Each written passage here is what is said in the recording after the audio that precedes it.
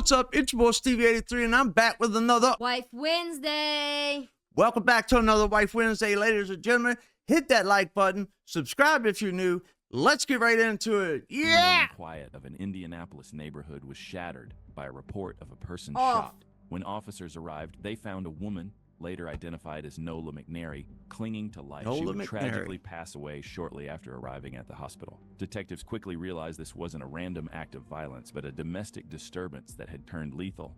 The suspect, 76-year-old Walter McNary, had already fled the scene in a black SUV, sparking an immediate manhunt across the city. North District officers spotted the vehicle and pulled in behind it. As the emergency lights began to flash, the elderly driver made a choice that would escalate a domestic tragedy into a citywide emergency. He must be slow.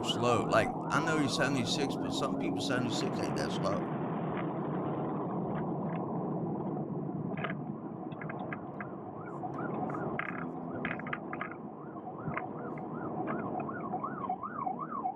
And he offed his wife. What's he doing? Oh, I told you he wasn't slow.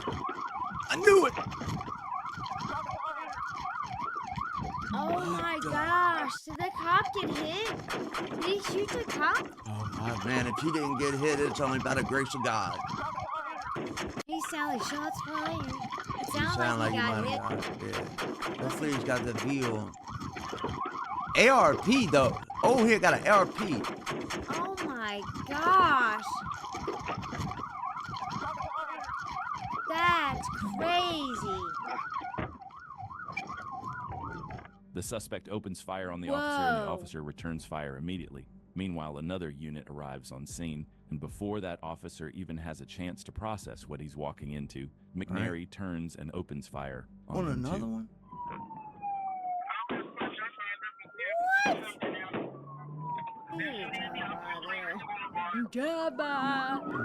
That's how we used to do it in my time. Congress is coming right at me.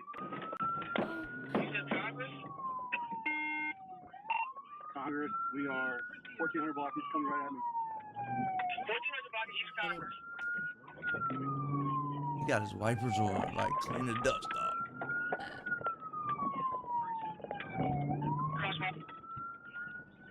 While the shots are still ringing out, Officer Robinson is gearing up, pulling out his patrol rifle and getting into position.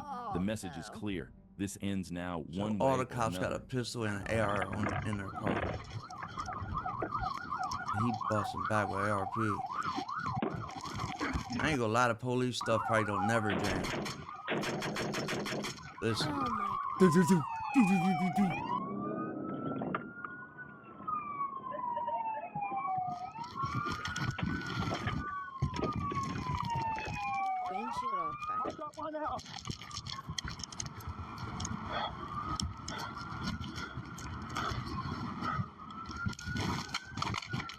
They playing real life GTA. Yep. The standoff reached its conclusion when McNary suddenly re-emerged from behind the wall, pointing a firearm directly at Officer Robinson. Robinson fired his weapon as he took cover behind his passenger door. When they finally reached him, the 76-year-old was unresponsive, with a rifle lying on the ground next to him and a handgun still inside his car. Walter McNary was transported to a local hospital where he was pronounced deceased, while two patrol vehicles were left riddled with bullet holes. Miraculously, no officers or innocent community members were physically harmed in the chaos. Well, all I know is, man, back in his day, that boy was probably really stepping in blood. I'm telling you, he was probably a gangster when he was a teenager in his 20s. Because 76, dumping ARP on Popo? Come on, man, that's ruthless. Unless he was just tired of life. I mean, 76, people get like that, I feel like. He offed his wife, said F his life. Facts. Facts. Over Monona, Wisconsin, a local officer was beginning what should have been a routine patrol.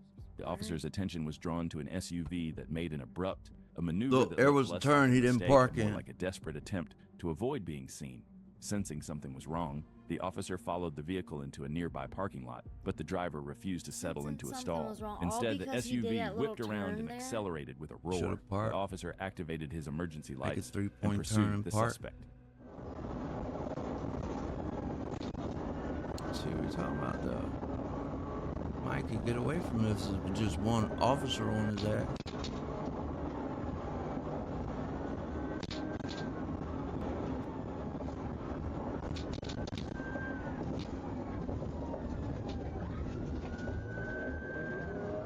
Oh, going slow down. I thought he was going to stop. For the red light. Is he trying to cut him off? He did a U-turn. Is he doing donuts in the road? Oh. Oh my god. He's doing donuts in the road in front of the... What is happening?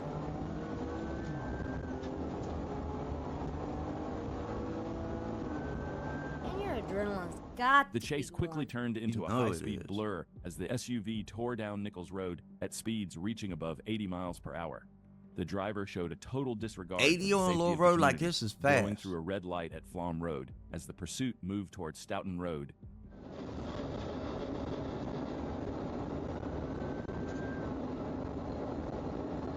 I'd be already up on him trying to pit him. He is closing the gap though.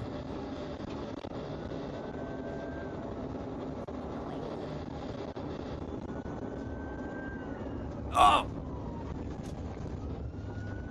Man, what? I know we just didn't see that. Oh my gosh. Damn, young boy.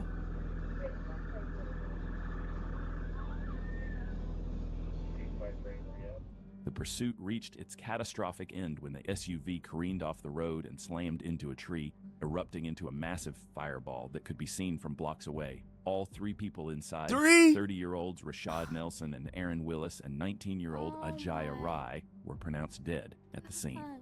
Investigators discovered that none of the occupants were wearing seatbelts at the time of the high-speed impact. A subsequent search of the charred wreckage allegedly uncovered 2 stolen firearms and a stash of marijuana, hinting at the desperate motive behind the initial flight. Furthermore, toxicology reports later revealed that the driver was operating the vehicle with a lethal cocktail of THC, methamphetamine, and promethazine in their system. On September...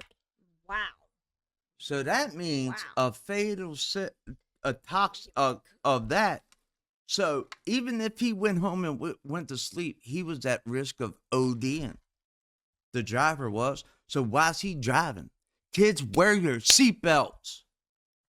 Oh, that's In crazy. and out of a police chase. Oh, I that should have shit. been home. Home, Why chilling with y'all your out? girl or something. What are y'all doing? What? Riding around with straps and weed and stuff. Like, you're that young, bro, man. Enjoy your life. Or you're not going to have one to enjoy. 8th, 2025, And now the you're Monday all afternoon sun hung heavy over the city of That's Ashtabula, Ohio. Sad. It was 2:41 p.m. when a deputy's routine patrol was interrupted by because the of a sight of a crazy red tree. motorcycle. For 54-year-old Jerry Pegram, this should have been a standard encounter. But as the cruiser's lights flickered to life, the rider didn't reach for his kickstand. He reached for the throttle. In that moment, a mundane afternoon transformed into a ticking clock. His and throttle as the was engine began very to far whine, away the because he chase ain't going officially fast at began. all. He needs to get that booty slapping.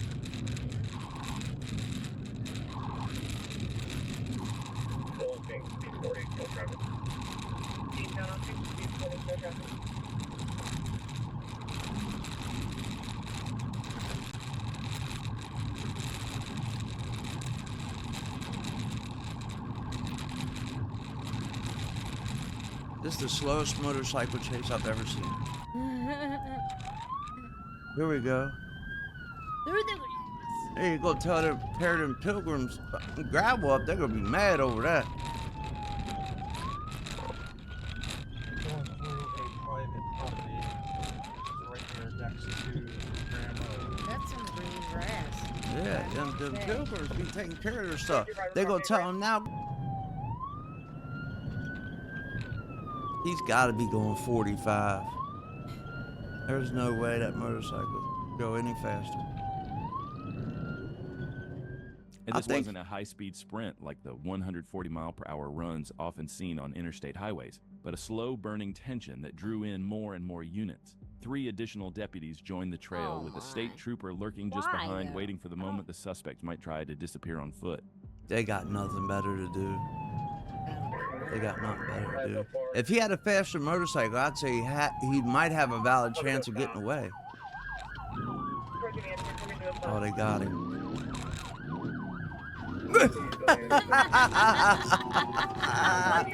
Where'd he go? Oh my god. He disappeared quick.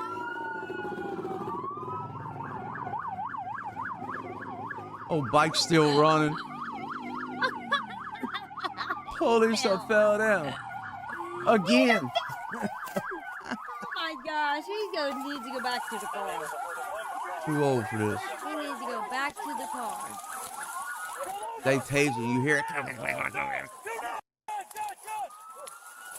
Do not do it! As Pegram struggled to control a black pistol, the situation reached a point of no return. See his Officers finger right opened there? fire, striking It the was on the trigger. 54-year-old multiple times. Even as the adrenaline faded and deputies moved in They to place him in smoked him. handcuffs and render medical aid, the damage was done. Jerry What? Pegram was pronounced deceased at the scene. Investigators my later goodness. recovered a firearm from a holster on his person, a grim discovery that marked The the dog's end of eating his bag investigation. up. He must have had drugs in there as the They reason he was found running. a firearm in his holster, though, it said. In his on bag. His person.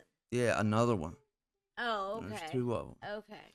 But he had to be running because I'd say he probably had a big old stash of crystal meth in that bag. Yeah, but he said Right away, in the his dog was holster on his person. Yeah, another one. Yeah, in the holster. In his holster on his purse. So but I thought they said in his bag, but never mind. If y'all are liking the episode, hit that like button, man. Subscribe if you're new. Let's get back into it. On September 21st, Florida Highway Patrol Florida. troopers on routine patrol. when a Nothing white ever good Mercedes-Benz happens in blurred there at past, night. weaving through traffic with a dangerous, calculated aggression. The luxury car was overtaking vehicles at staggering speeds, tailgating, and nearly forcing other drivers into the concrete barriers. For half a mile, the trooper trailed the vehicle, clocking it at a lethal 102 miles per hour in a zone where the limit was nearly half that. He had The one in tension his broke hand, when the had trooper another finally one in his flipped the holster. switch, and as the sirens began to wail, the driver made a choice that would turn a traffic stop into a life or death gamble.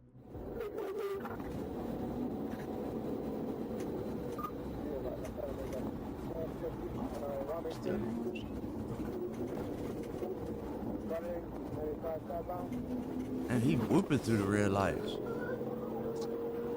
Ben's ain't gonna be worth crap when he gets done here. They'll sell it at the police auction for like $250. Always happens like that. And then the person will find like a stash with 20 grand in it. Yeah, and they agree. Secret compartment.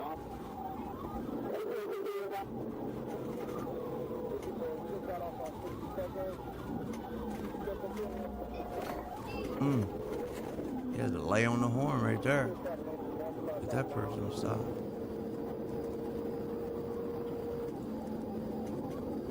I ain't gonna lie to you. If I was a cop, this would be the highlight of my year, having to do this.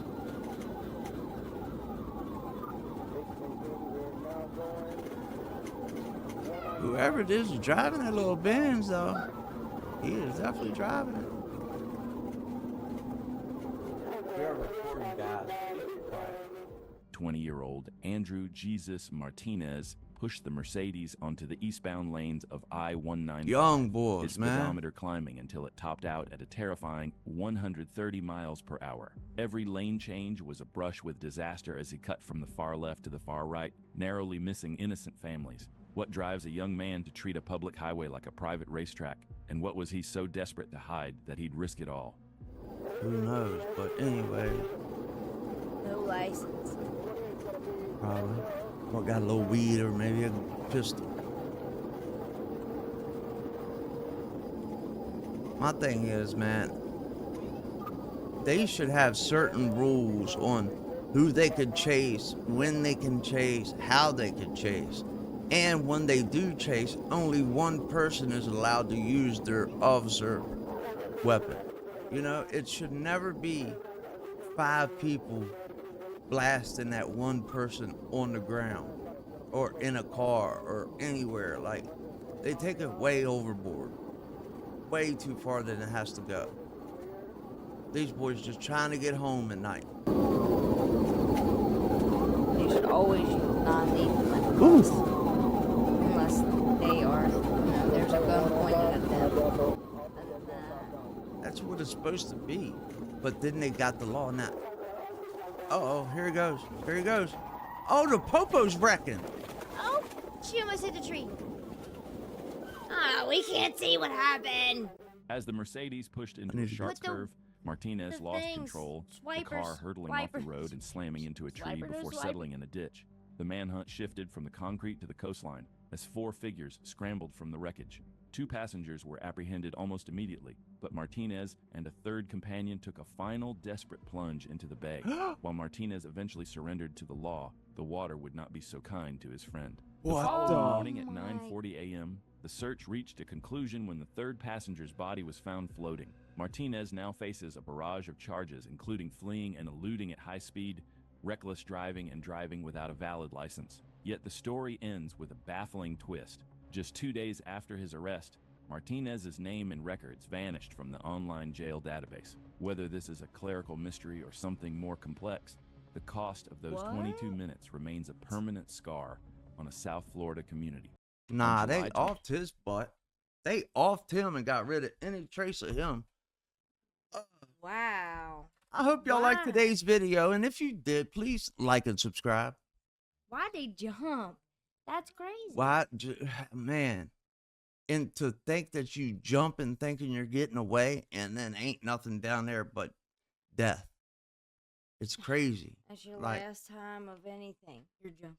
Yeah, you know? that's your last memory of your last life. From the cops. Yeah, it's crazy. If you like today's video, please like, be kind, share a kind comment. It don't have to be kind, but share a comment. Let me know what you think about you just witnessed. And we will see you next week, but I will see you tomorrow. Pay like one of these videos up here.